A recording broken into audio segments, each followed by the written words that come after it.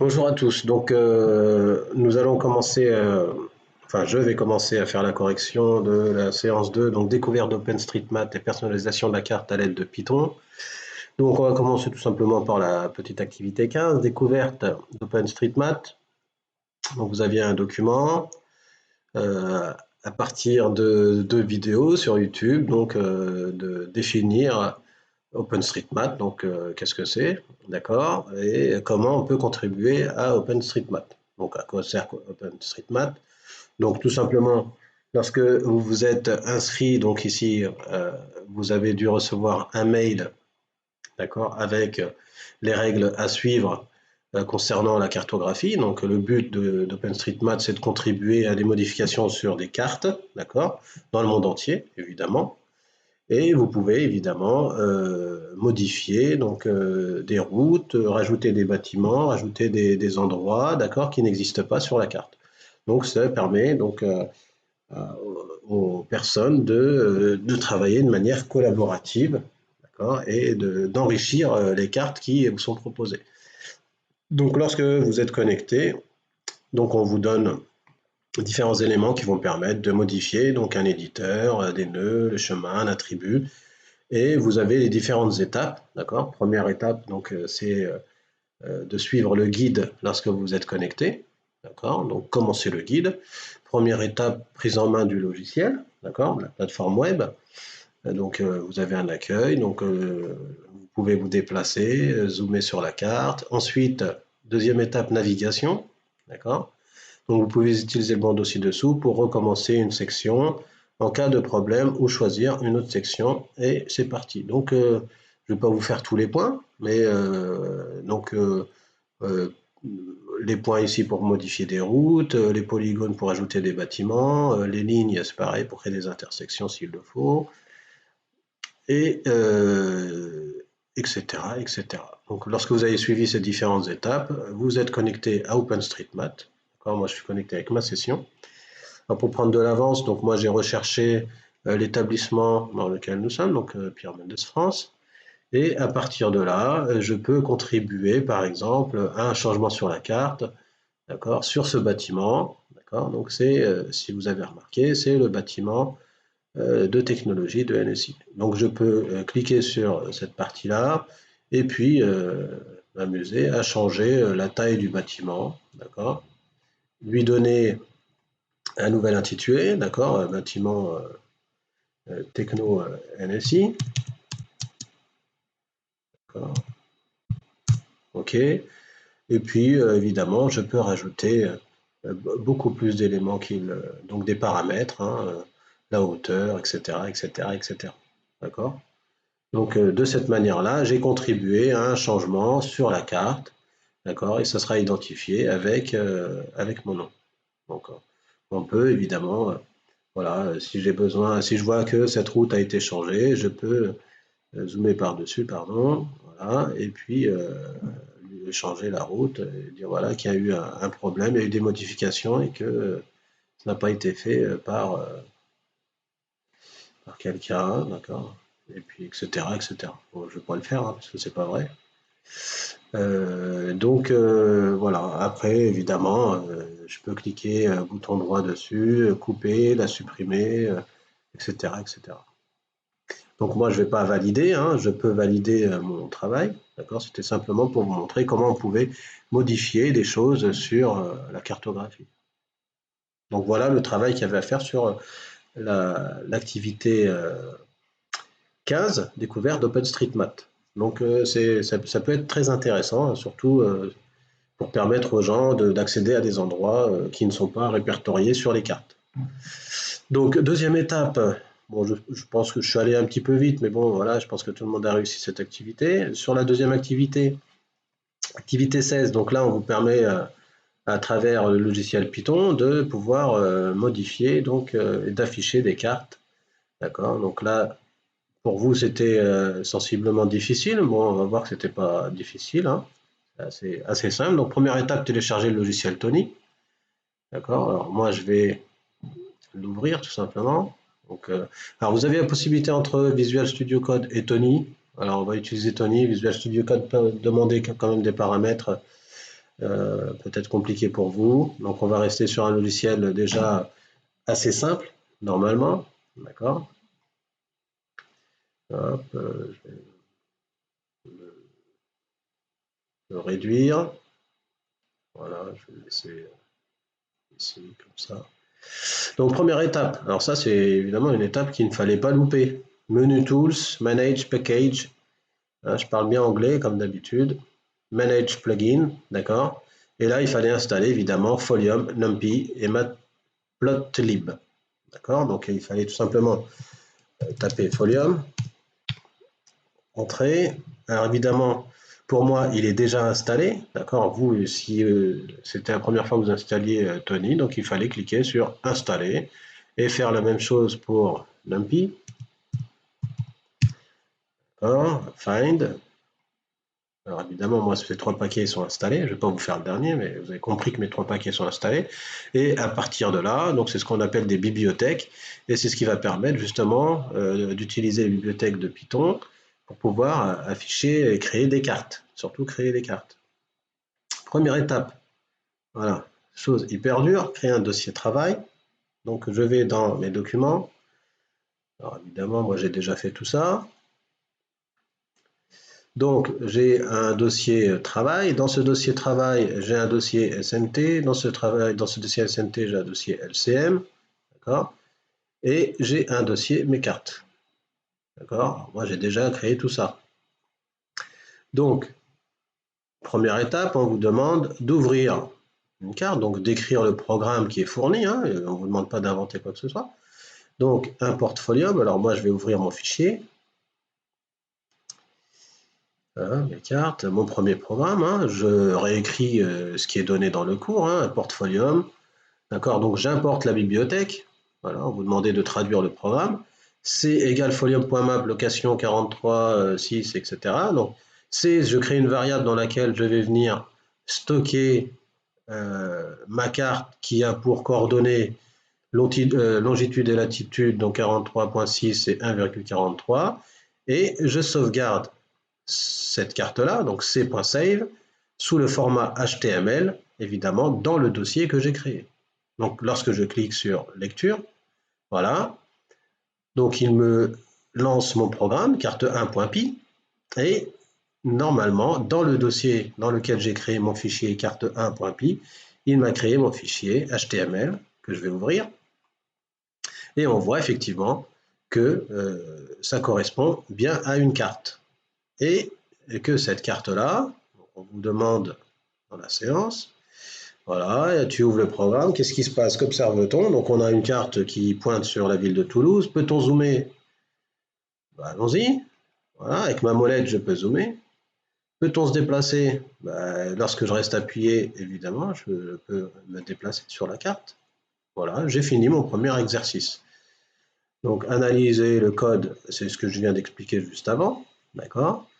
Ensuite, modifier une carte. Donc, modifie ta carte avec la ville de ton choix. Donc, il faut évidemment déterminer la longitude et la latitude de la ville.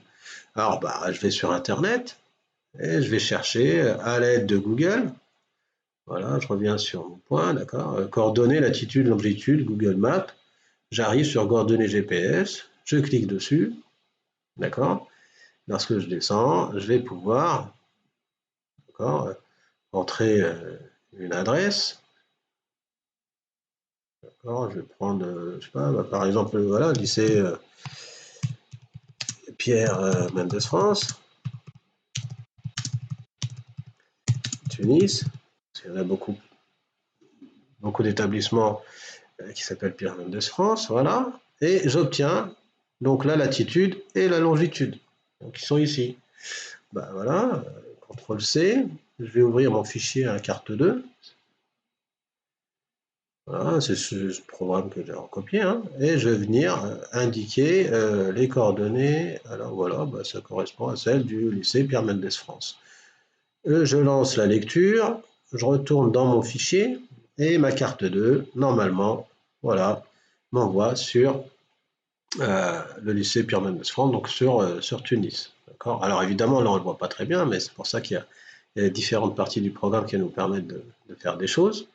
Et on en arrive à la partie numéro 3 qui nous demande d'utiliser la fonction Zoom Start. D'accord, je vais assez vite. Hein. Ben, j'ouvre mon troisième programme, carte 3.py, et là, je vais venir ajouter, j'invente rien, je fais que du recopiage. Donc, je recopie mon programme avec Zoom Start égale à 15.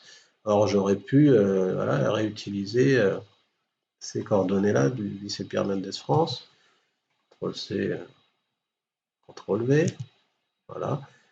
Et je lance un play, et je reviens dans mon dossier, carte 3.py, et voilà. Donc là, je vois que j'ai bien zoomé, d'accord, et c'est quand même, on le voit par rapport à celle-ci, entre cette carte-là et cette carte-là, donc il y a bien eu un effet de zoom sur cette partie-là. D'accord. Alors, si j'augmente mon zoom, d'accord, plus le zoom est grand, alors je vais aller loin, je vais mettre à 50. Alors si je reviens sur ma carte et que j'actualise, elle ne me prend pas, je vais ouvrir ma carte 3, puis voilà. Moi je vais augmenter. Voilà, on peut s'amuser à faire tout ça. Je reviens ici. Voilà, j'actualise. Bon, ça prend du temps à charger, parce que bon, je suis en train d'enregistrer ma vidéo en même temps. Donc on voit déjà sur cette partie-là qu'il a commencé à zoomer. Donc on va le laisser travailler. Et on va continuer sur l'exercice 4. Voilà, tac, tac, tac. Voilà, ajouter des marqueurs. Donc voilà, vous voyez qu'au fur et à mesure, je recopie mon programme et on vous demande d'analyser et d'observer. Il n'y avait aucune difficulté dans les exercices qui sont demandés. Donc j'ouvre mon programme numéro 4. Voilà. Tac, tac, tac. Peut-être mon programme numéro 5. C'est le même que tout à l'heure. Voilà. Donc là, je vais venir rajouter des marqueurs, d'accord, sur ces coordonnées-là. Donc je vais rajouter ce marqueur à quoi? À ma variable C qui correspond à quoi? À ma carte numéro 5.html. Alors qu'est-ce qu'un marqueur? Voilà, je lance mon programme et je vais venir carte 5.html. Donc on voit ici un marqueur, d'accord, qui s'affiche. Alors ça prend un petit peu de temps vu que Internet n'est pas super à la maison. Bon, bref, on va laisser charger. Même la deuxième carte, elle a eu du mal. Peut-être éteindre la télé. Enfin bref, je pense que vous avez compris.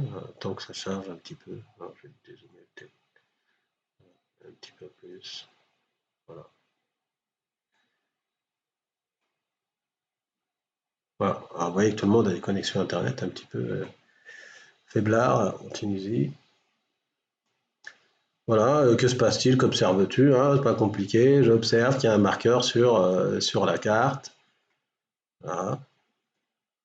Ensuite, voilà, il est possible d'associer une information à un marqueur en rajoutant le paramètre pop-up. Voilà, je vais ouvrir mon prochain programme. Voilà.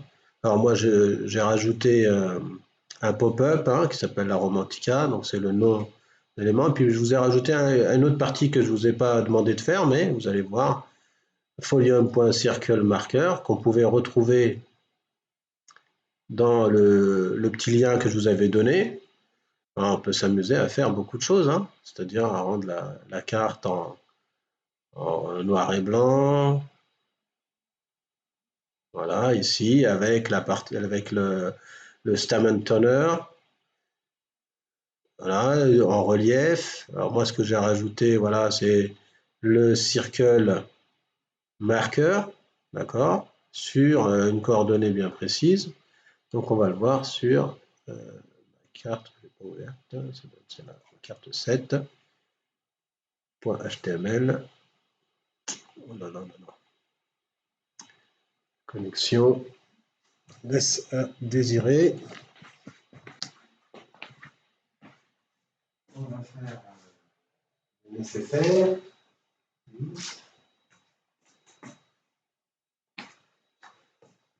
Voilà, déjà on voit globalement le circle, le marqueur avec, ici quand je clique dessus, le pop-up. D'accord, il faut évidemment cliquer dessus, la Romantica.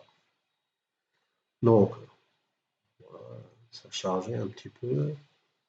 Je vais actualiser. J'ai plusieurs cartes en même temps. Je vais fermer celle-ci, fermer celle-là. Celle-ci, je vais actualiser aussi. Actualiser sur cette partie-là. Voilà, les trois cartes qui tournent en même temps. Voilà, ferme celle-là.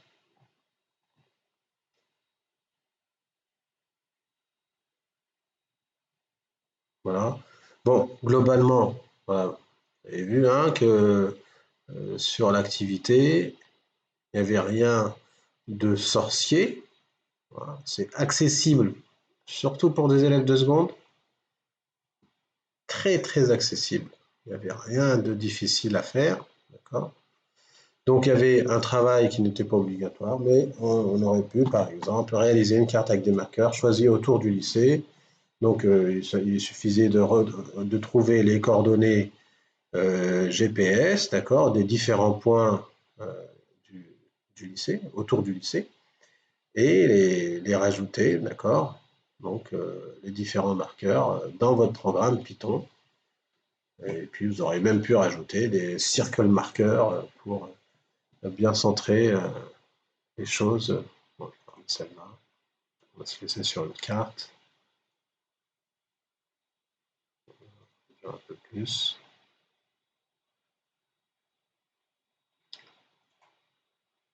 Voilà.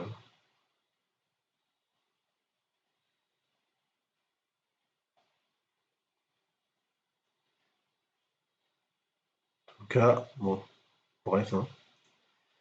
Il y a un problème de connexion, mais sinon, voilà, globalement, le programme. Donc, j'ai bien mon marqueur avec la Romantica, d'accord, ici, que j'ai rajouté add to C, donc à ma variable carte, qui a pour coordonnées longitude, latitude, avec un zoom de 20 et un folium circle marker, d'accord, ici, d'accord, qui pointe sur Batista, donc c'est un arrêt de bus, d'accord, avec une couleur bleu transparent, etc., que je vais rajouter à ma carte, d'accord, et ensuite j'enregistre toutes ces coordonnées, toutes ces informations sur mon fichier ma carte 7.html. Voilà pour l'exercice de l'activité 16 qui, pour vous, était compliqué. Voilà, je pense que là, franchement, c'était pas si compliqué que ça. Donc, évidemment, lorsqu'on a obtenu toutes les cartes, hein, je fais une impression d'écran de ma carte et je l'insère dans mon document pour la rendre. Donc voilà, globalement. Alors, vous allez avoir plein d'exercices de ce type-là sur Tkinter, par exemple, sur Python, sur aussi l'analyse photo. Donc, j'espère que tout le monde fera le travail. Hein. Il y a rien de. J'essaye de vous simplifier la vie sur ça. Donc voilà, ça c'était la séance 2.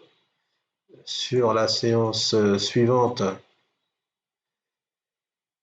calcul d'itinéraire, bon, il n'y a rien de compliqué, c'est toujours pareil. Hein. Donc là, il va falloir retélécharger les bibliothèques, donc d'autres bibliothèques, hein, puis en clip 3.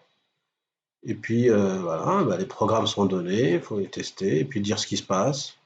D'accord, il n'y a rien de compliqué. Et traduire voilà, ce qu'il y a sur ces activités-là. Donc c'est exactement le même type de travail, donc je pense que ce n'est pas difficile. Sur la séance 4, ce n'est pas obligatoire. Alors, je vous donne le programme au point pi et des trames NMEA, donc à vous d'analyser et voir ce que ça fait. Donc c'est pas compliqué non plus. Donc après le module 5, on passera sur le module 6, donc informatique embarquée. C'est là qu'on va travailler sur le module Tkinter de Python avec la carte microbit. Et on finira, j'espère avant les vacances, la dernière partie, la photographie, le module 7. Donc voilà, il va nous rester 2 modules et demi avant les vacances. Donc on va essayer de travailler en mode accéléré. Voilà, on voit effectivement que le travail n'est pas compliqué. Hein, il suffit voilà, de donner un petit peu du sien et puis normalement ça devrait bien se passer. Pas... Donc voilà. Bon, je vous souhaite bon courage quand même à tous, un bon ramadan, enfin bonne fin de ramadan puisque ça y est, on y est. Et puis une bonne fête de l'Aïd à tout le monde. Et puis bon courage.